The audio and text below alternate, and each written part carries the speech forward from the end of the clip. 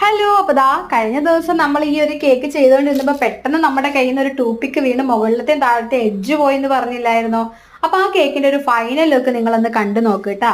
അപ്പൊ എന്താണ് അത് ചെയ്തതെന്നുള്ളതൊക്കെ എന്താ ചോദിച്ചിട്ടുണ്ടെങ്കിൽ, നമ്മൾ നന്നായിട്ട് മെൽറ്റായ ക്രീം എടുക്കുക. അതിനകത്തേക്ക് നമ്മളൊന്ന് ആ സൈഡ് തേച്ച് കൊടുക്കണം. അതിനുശേഷം പിന്നെ നമ്മൾ ചെയ്യേണ്ടത് വളരെ ചെറുതായിട്ട് നൈഫ് ഒന്ന് ചൂടാക്കിയിട്ട് നമ്മൾ ആ എഡ്ജുകൾ നമ്മളൊന്ന് ഷേപ്പ് ആക്കി കൊടുക്കണം. കാരണം നമ്മളിത് തലേ ദിവസം രാത്രി റെഡിയാക്കി വെക്കുന്ന കേക്ക് ആയതുകൊണ്ട് നേരെ പാലറ്റ് നൈഫ് അതിലേക്ക് കൊണ്ടുപോയി കഴിഞ്ഞിട്ടുണ്ടെങ്കിൽ അത് ക്രാക്ക് വീഴും. ക്രാക്ക് മീൻസ് അവിടെ ആ ക്രീം എന്താ പറയുക, ഒരു വല്ലാത്ത രീതിയിലായി പോകും.